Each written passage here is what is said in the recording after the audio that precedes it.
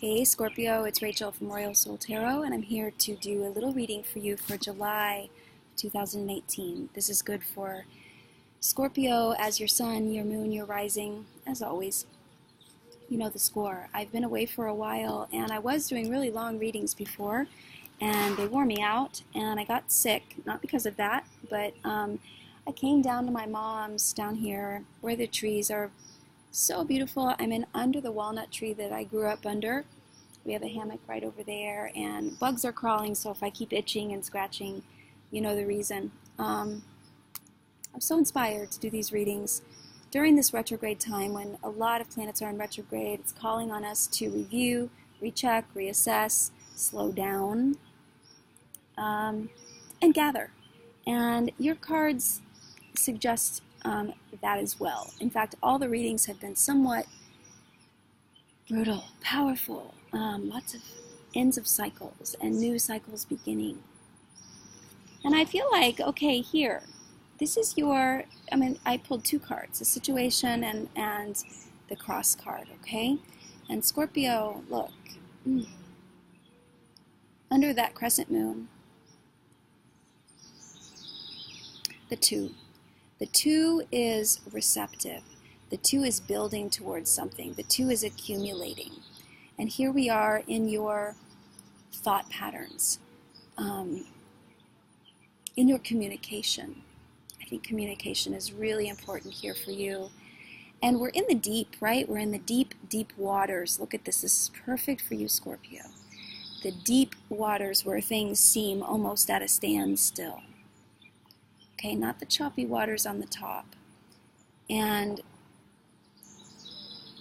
we see a relationship. During this time, you might be re-examining how you communicate in relationships, how you think about yourself in relationships and others. I'm seeing boundaries here. Do you have boundaries? Do you have good boundaries? Are your boundaries too strong? Would you like to change something about your boundaries? How you care for yourself in relationships, how you care for others. This might even be family struggles, sibling struggles. But the two is begging you to gather evidence, to listen. See how the eyes are even covered with blindfolds? To listen, to trust, to see the best in yourself and to see the best in others, but be smart. Be really smart right now about boundaries. I just keep coming back to that. See this little spot of red here on her sword? You might feel heated up. You might feel impassioned about something. There might be arguments. There might be fights. Not good right now. Listening, trusting, praying, stillness, breath, slowing.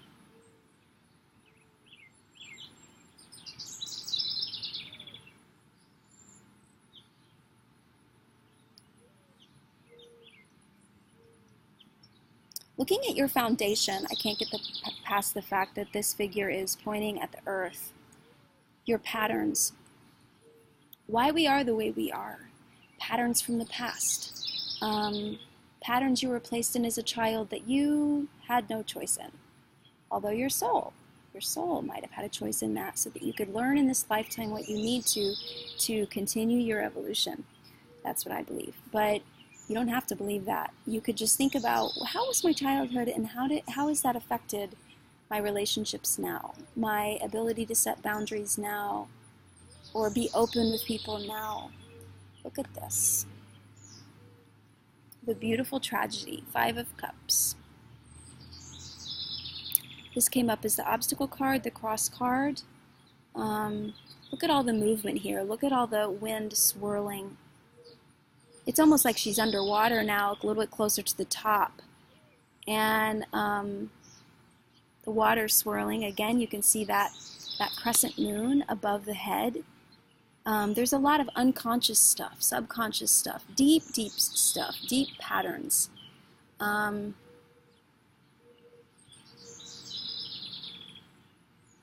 Of your way of being.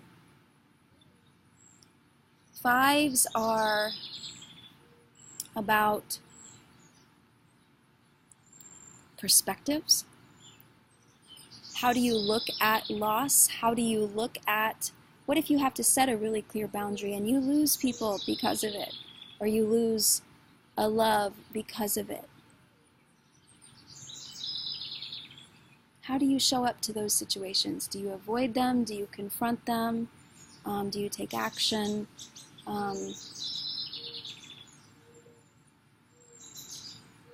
Yeah. Fives are also temptations.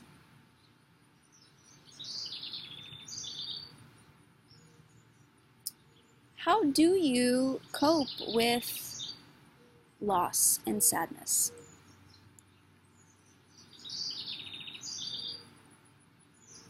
How do you numb yourself? Do you numb yourself? Is this, I just keep thinking about food, drink, trying to fill a void in you to deal with loss instead of looking at the little tiny changes you can make, or big changes you can make, just in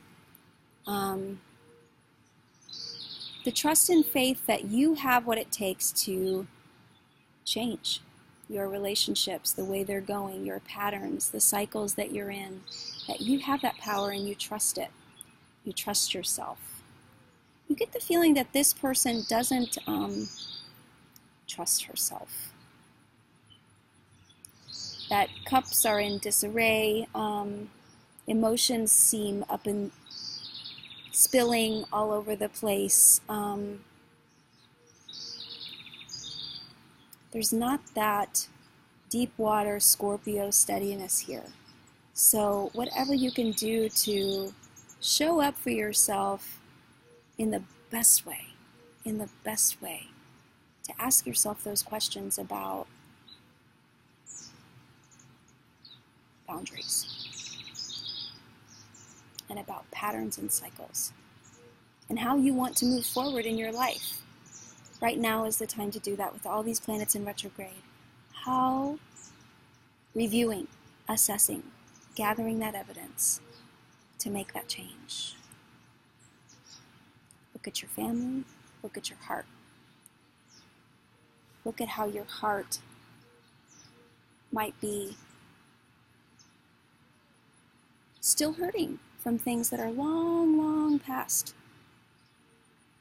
And find out how you can get beyond this.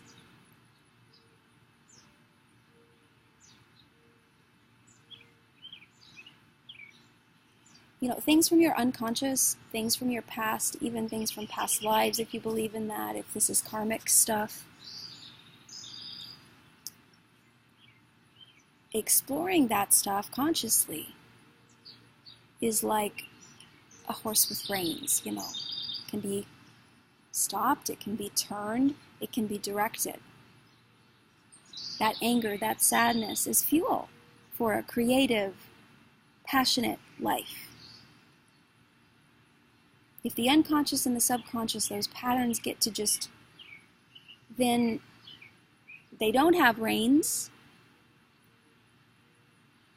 They start to, and it's not conscious. It's all underneath the radar of your control and thinking and action. And it's a wild animal. And you become somewhat of a wild animal and start to do things that are beneath you. Start to involve yourself in relationships that are beneath you. So put the reins on, slow down, get still, and start to make some choices, decisions about how you want your relationships to look. Okay, Scorpio? Thank you so much, and I'll see you again next month.